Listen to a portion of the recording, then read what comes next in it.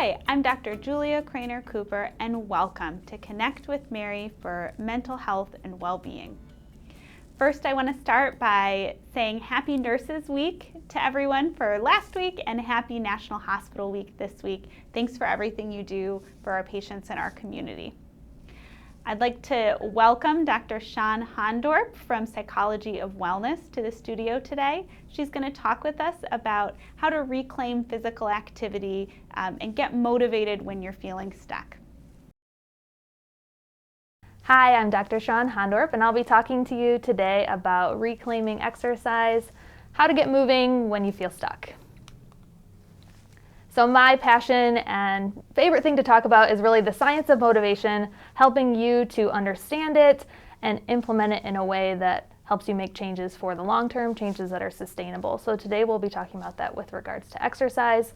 My business is the Psychology of Wellness, and I'll tell you a little bit about where you can find more information after this. So what we need to do is understand the types of motivation versus just the amount. So a lot of times people say, I need to get more motivation. What we really need to understand is what type of motivation you have for a given behavior so that we can help you increase it long term. So on this slide here, you see the different types of motivation, and there's 5 types. It seems like a lot, but it's really pretty simple. More on the left side is associated with more short-term motivation, and on the right side, it's more associated with long-term motivation. So starting with external motivation examples for exercise would be I exercise to burn calories or lose weight, or even to, earn rewards with my employer. If I get so many steps, I get more money from my employer. That's more external. It's not necessarily bad, but it's not probably going to stand the test of time when it comes to stressors or life getting busy. And so introjected is still pretty external. This is where we put pressure on ourselves to exercise. It's sort of this internal should that we have, and that one also is more external and not really associated with long-term change. For the right 3 that you see here, identified and integrated are all about I do this behavior because it's consistent with the person I want to be and it's consistent with my values. Maybe we don't necessarily like it, but it allows me, for example, exercise allows me to show up in the world the way that I want to be. So it show up as the parents I want to be, or in my career it helps me be more creative. That would be more internal exercise and more associated with long-term change. And finally, the most internal is on the right. That's intrinsic. That's you do exercise or the behavior because something about it is inherently enjoyable. It's either fun or interesting, or you just enjoy the challenge of it. So the more we go to the right, the more it's associated with long-term change. So that's one of the things we want to talk about, how to shift more to the right-hand side. So some common internal reasons to exercise, and there's no right or wrong here, but these are just to kind of jumpstart some ideas for you. One would be I exercise to boost my mood. I might exercise, or you might exercise to manage stress. You might exercise to be more patient or present with people in your life that matter to you, like your spouse or your kids, friends or coworkers. You also might exercise to think more creatively or to concentrate, have more attention, increase energy, or move the way you want to. And this can be many different things, right? This could be to pick up your kids without pain. This could be to climb up the mountain on that family vacation with everyone that you want to. So again, there's no right or wrong here, but it's about kind of looking at this list and reflecting on what motivation kind of appeals to you and going with that. So some tips to get moving now. First, like we said, reflect on that list. Think about some of those internal reasons.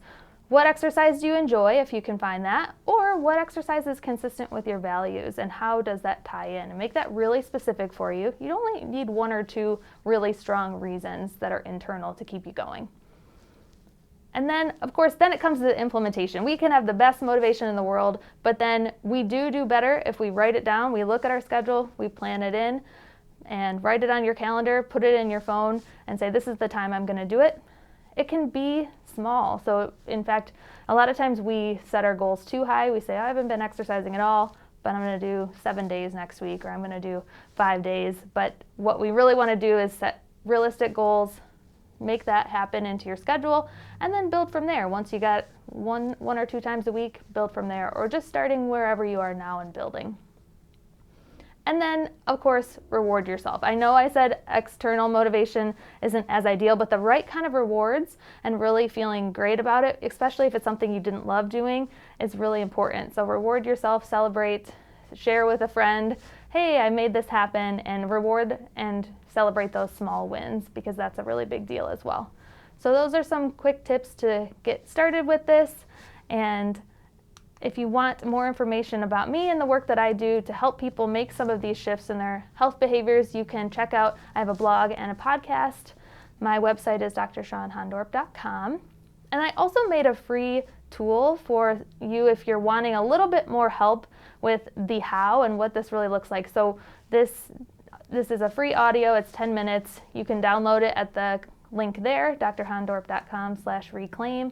And that's going to be a 10-minute audio where you can listen. It actually has some fun music and me talking a little bit over it, where you can start to explore some of these internal motivators and see which ones really stick for you. And it's you can listen to it while walking, or frankly, you can listen to it while you wash the dishes. It doesn't really matter where you listen to it, but it really helps your brain to make that shift. If you want more information about the science of motivation, how it impacts health behavior change, I have a podcast talking all about that. It's called Motivation Made Easy, and it launched recently. And you can check that out at anywhere where you get podcasts, and you can just search for Motivation Made Easy, or you can find that on my website as well.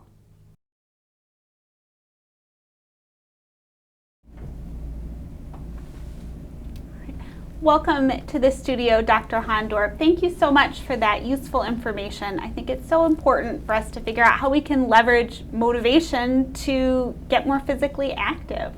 Absolutely. Thanks for having me. I love talking about this stuff, and I'm excited to be here and chat about how we can help people kind of get there a little bit easier.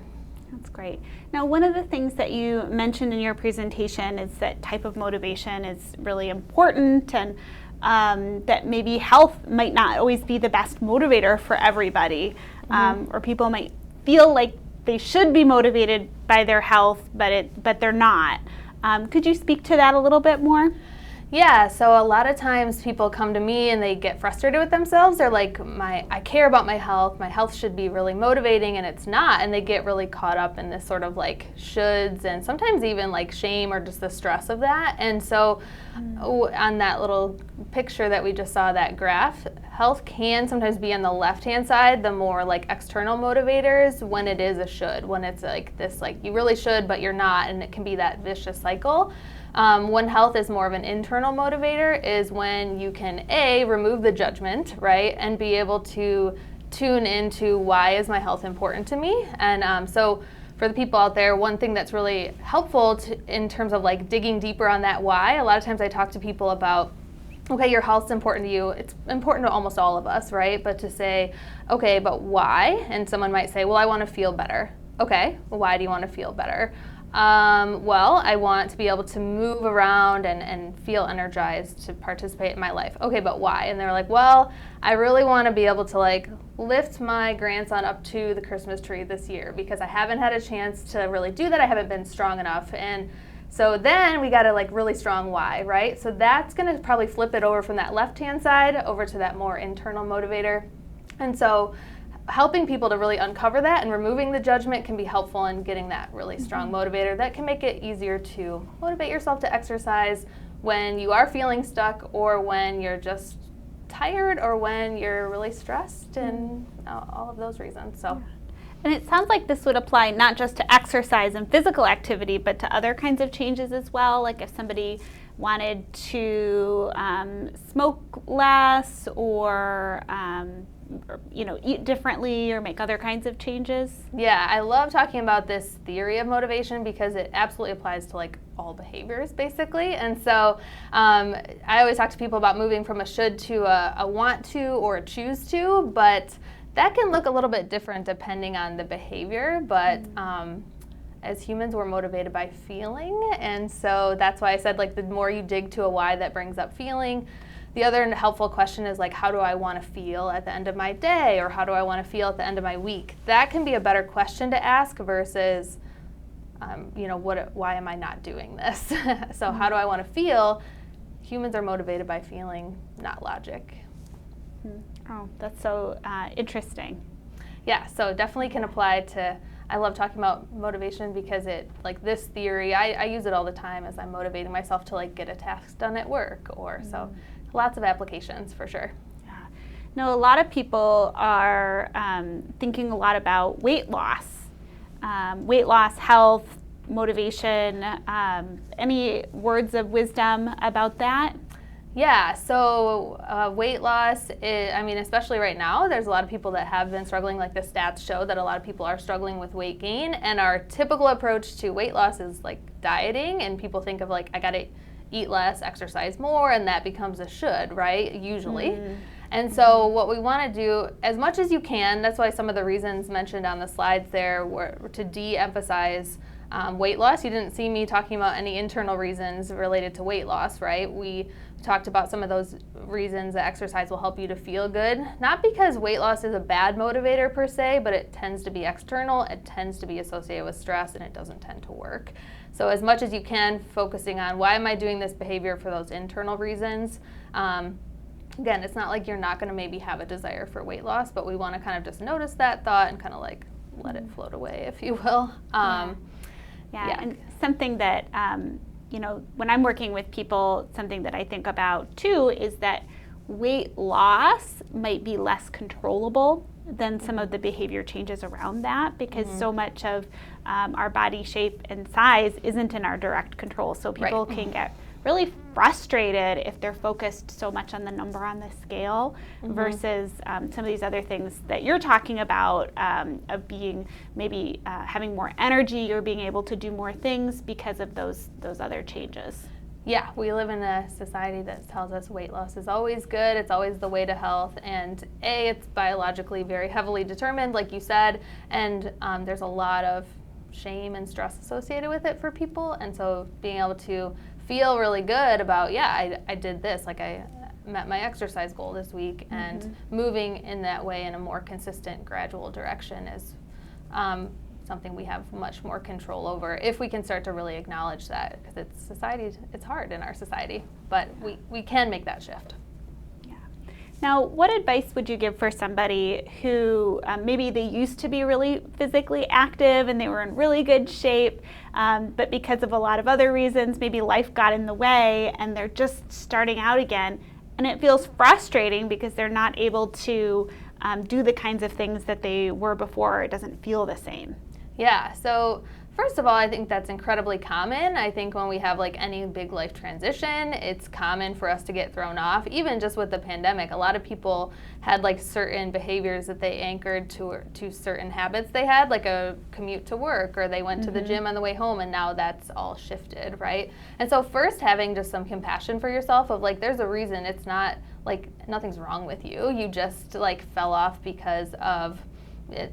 Shifts in your life. The other thing I would have them be mindful of is their expectations of themselves, and just notice how that impacts the experience. So when we have really high expectations of ourselves, it can like take the fun out of exercise, right? So if we're like, I'm not as good as I used to be, I'm not as fast, or I'm not able to play tennis the way I used to, I'm just not as skilled, it can make it a lot less fun, or like we're huffing and puffing and we're not feeling as good. And so being able to encourage them to really say like, let's set some smaller goals, let's acknowledge progress as we go consistently, which is hard. It's not really typically the way we approach things in society, but that's how behavior change works. Usually it's not like this big overnight success where all of a sudden we're back to our high school days of activity. So, yeah.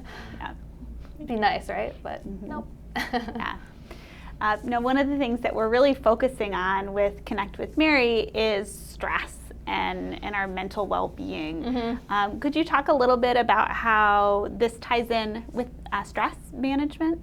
Yeah, absolutely. So, I mean, that's one of the most powerful reasons to exercise can be stress management, and really because we're all experiencing a lot of emotion these days, right? And that's always true. We've always been humans, but there's a lot going on. There's a lot to process, and exercise really helps us to like move through that emotion. So one of the things that I like talking to people about is, I heard this analogy the other day, and I'll share it here, which like emotions are like tunnels. They sort of have a beginning, middle, and an end, and we have to like move through that full emotion. Otherwise, we just feel like caught up in stress, and it can lead to burnout.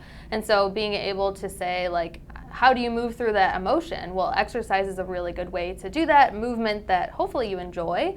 There's other ways too, other stress management tools, but we want to move through that, and getting moving and can be a great way to do that. So that's great advice. Thanks. You mentioned about trying to make it fun. Yes. Make the exercise enjoyable. Any tips for that? Yeah, I mean, I think, first of all, it's like giving yourself permission to choose something that you like. And so for a lot of people, they have like all these rules about exercise. Like you have to do it for at least 30 minutes or maybe at least 60 minutes, or you have to do something where you breathe hard and you sweat for it to count. And it's like, that's actually not true. And it also makes us like not do things. So first, just noticing your rules and saying, what might I want to do? Or sort of having the intention of like, what's an exercise or a movement that I really used to like or I've always wanted to try? So that would be the first thing. And if it's something like, I know for me, I really feel like I should do strength training, and I have not found a way to make it fun yet. So just like I put on a podcast or like a show that I really like, and I do it during that. So you can pair it with something else that you already find enjoyable and rewarding, and that can be like, yeah, if you find a trick to make strength training fun, you let me know, because I just can't do it. But yeah, so. But you can use some of those other things that you already find fun to make it a more enjoyable experience. Yes, and going with like if you social exercise, I think a lot of people like that. First of all, it's like that support and accountability factor, but and that's I guess another point to help for motivation. But yeah, doing it socially, doing it with someone else that you like catching up with can be a great way to make it fun, especially as we're moving towards doing that hopefully more safely. But there's a lot of people doing like live exercise classes like with their friends online. It's not the same, but it's like it helps. And what I'll say about support and accountability, sometimes people are like, oh, isn't that external motivation because I'm only showing up because this person is doing it? But that's actually, for a lot of people, that can be more internal. That social connection piece is really important for like any long-term behavior change. So I think we also need support and accountability for like anything we want to do. Yeah, so. Great. Any recommendations for somebody who might just be getting started? I would say start small. I think that's our temptation of like, I got to overhaul everything, but just start like one time a week for a really small amount of time and build from there. And if you can really like acknowledge that progress and feel like, okay, look at what my body could do today that I couldn't do before, I think that's a great way to get started. Building in some support and accountability, I think, is really helpful. So having an accountability buddy or like a community that you start going to, I mean, there's a reason why people like really like fitness communities or something, because or just even a place you can check in. I wouldn't do it alone. We were never meant to do it. We're social beings, so I would say do it with someone and then check in with them and problem solve from there. Yeah, great suggestions. Now, something that you told me recently that I thought was really interesting is that when you are setting goals for yourself, you don't necessarily put a specific number. But a lot of times when we think about goal setting, we think like, I need to do this for 5 minutes or 10 minutes or something to start. Could you talk a little bit about maybe some alternatives to that idea?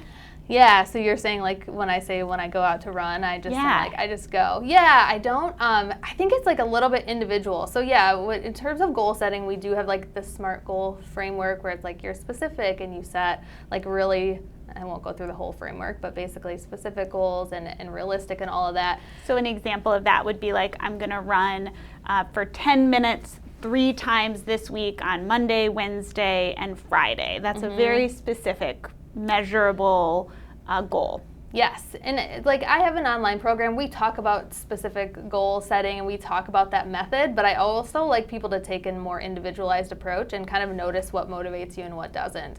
Sometimes for me, like being overly prescriptive of like that feels a little bit too much and a little bit like restrictive. So for me, I'm like, yeah, I want to consistently get outside and maybe run a couple times, maybe walk, ideally every day, but that flexibility allows me to like continue to enjoy it. And so especially with running, something that I used to do a lot, and like you said, with expectations, if I put a lot of pressure on it, it's just not as fun. And so being able to say like, yeah, I'm gonna get out, and I kind of have like a distance I'll probably cover, but it's like sometimes I'll walk, sometimes I'll run. There's like a goal is sort of set a framework for it. Like I have an idea of what I want to do.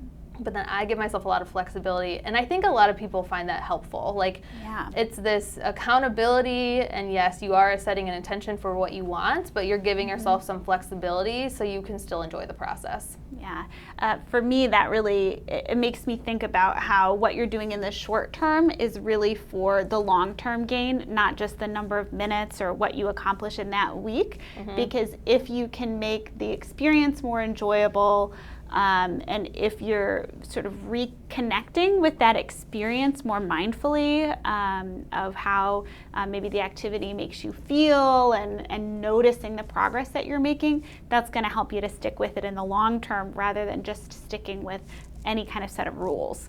So I think it's really important to have that kind of it depends framework. It depends on the person, what's going to work for you, whether it's some very prescriptive, specific goals, or whether it's a little bit more intuitive.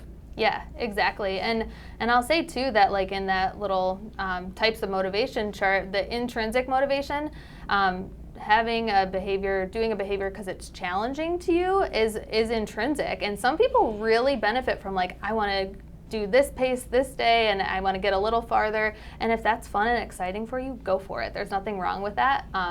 And in times of my life, I've really benefited from like, ooh, I like to see I'm getting faster, but now's not one of those times. So you can just have that flexibility. So great. Well, I really want to thank you so much for joining us. I think this has been so interesting, and it really helps me to think a lot differently about how to get moving again, and how to try to leverage that motivation in a way that's actually sustainable and also enjoyable. So I really appreciate that. You can hear more from Dr. Hondorp at the Psychology of Wellness, and thanks again, everyone, for joining us.